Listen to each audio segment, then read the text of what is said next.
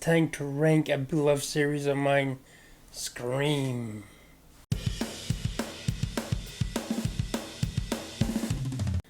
But like Randy would say, we need a few rules. So before we do, let's remind us of the few rules for the rank and review series. 1. These are only my opinions, so let me know your ranking in the comments. 2. My ranking may change over time, it depends on how I feel. I update my ranking on Letterboxd, so please be sure to follow me there. I try to stick with versions released in theaters when possible. Not every movie has a director's cut or an unrated version, so that wouldn't be fair. Number 4. Warning, there will be spoilers. And here's an honorable mention. It's not in the list, but go check out the Scream TV show. It's amazing. That being said, let's get the show started.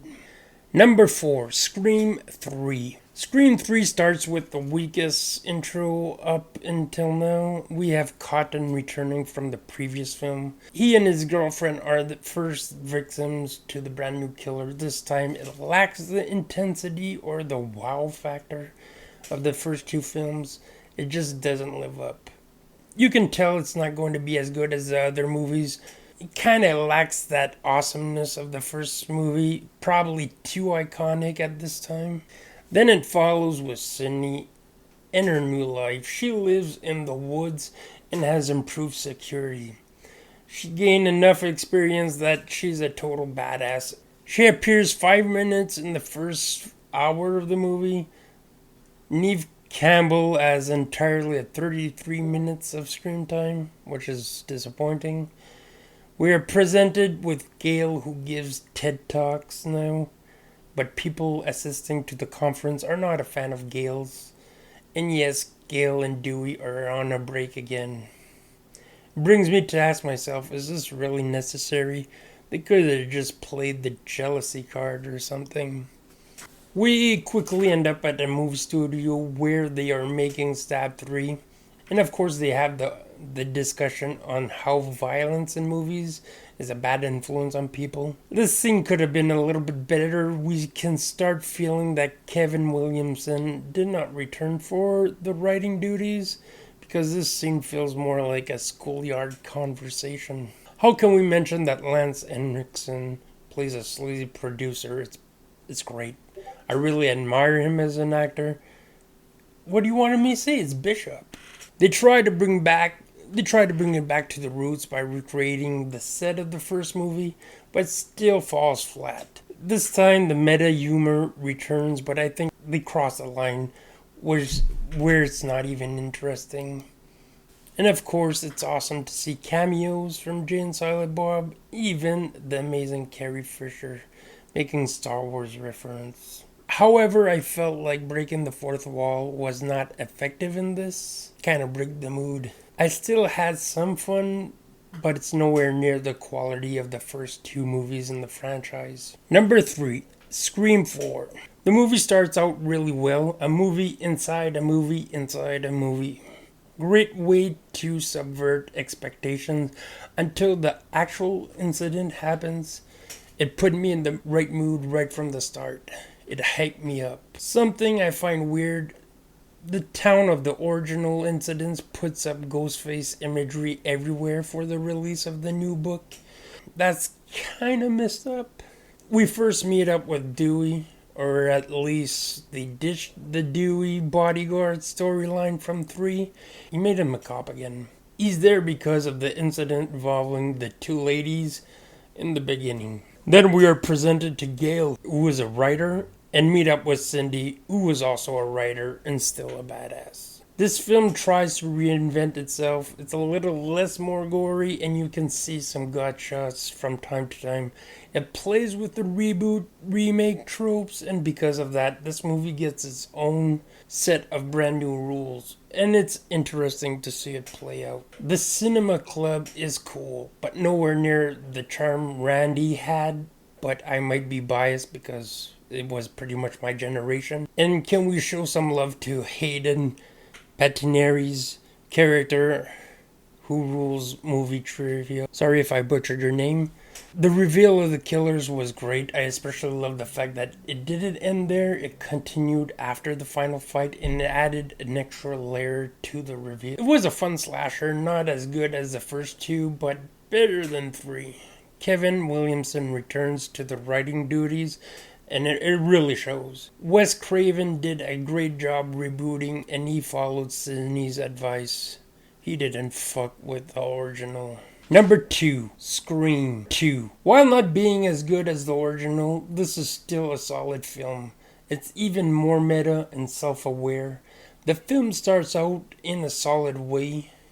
There's a movie called Stab that is based on the events of the first film. It's basically a shot-for-shot remake of what happened in the first movie with new actors. Shout out to my boy Luke Wilson playing Billy Loomis in this, and Heather Graham playing Drew Barrymore's character.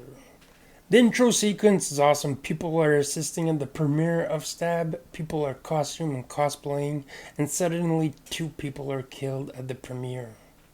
One in the bathroom stall, which is awesome, and the other right in front of the audience, which at first they think it's a publicity stunt.